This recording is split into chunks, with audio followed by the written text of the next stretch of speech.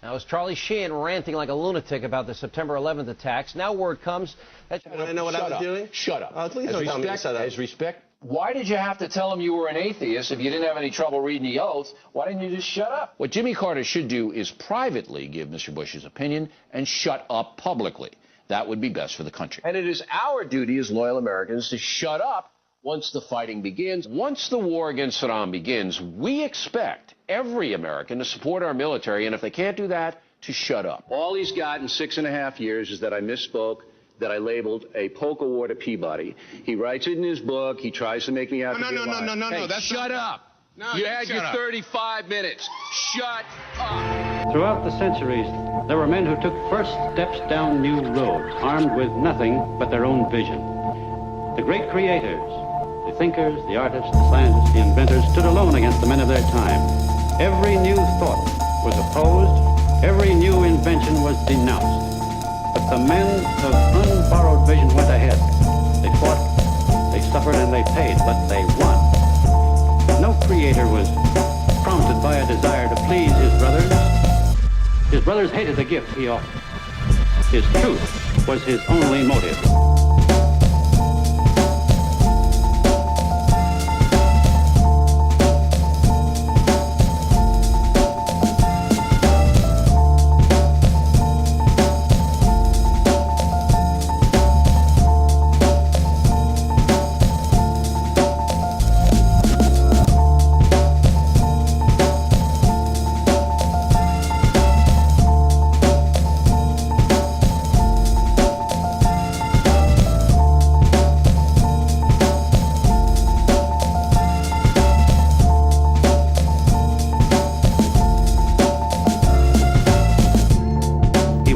Whether others agreed with him or not, with his integrity as his only banner.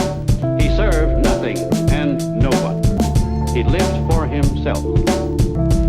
And only by living for himself was he able to achieve the things which are the glory of mankind. Such is the nature of achievement. Man cannot survive except through his mind. He comes on earth unarmed. His brain is his only weapon. The mind is an attribute of the individual. There is no such thing as a collective brain. The man who thinks must think and act on his own.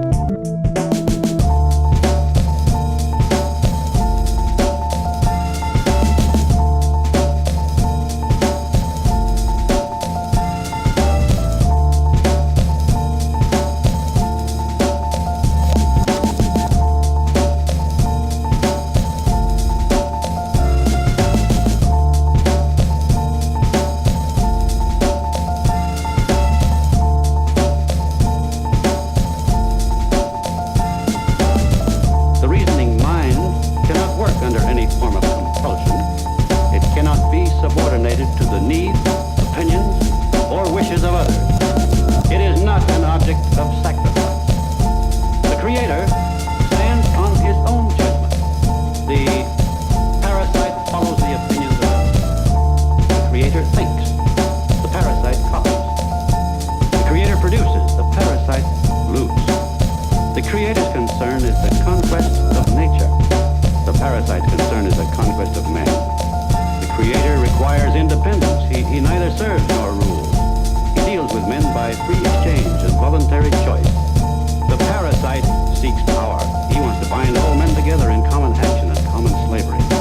He claims that man is only a tool for the use of others. That he must think as they think, act as they act, and live in selfless, joyless servitude to any need but his own. Look at history. Everything we have, every great achievement has come from the independent work of some independent mind. Every horror and destruction came from attempts to force men into a herd of brainless, soulless robots, without personal rights, without personal ambition, without will, hope, or dignity. It is an ancient conflict. It has another name: the individual against the collective.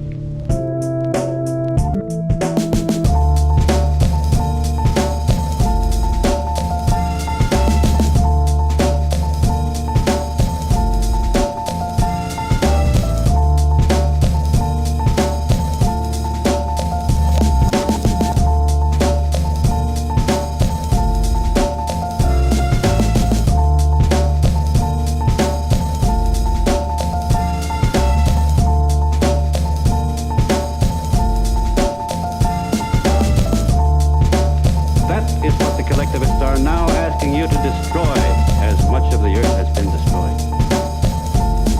I am an architect. I know what is to come by the principle on which it is built. We are approaching a world in which I cannot permit myself to live. My ideas are my property. They were taken from me by force, by breach of contract. No appeal was left to me. It was believed that my work belonged to others to do with as they pleased. They had a claim upon me without my consent, that it was my duty to serve them without choice or reward. Now you know why I dynamited Cortland. I designed Cortland. I made it possible. I destroyed it. I agreed to design it for the purpose of seeing it built as I wished. That was the price I set for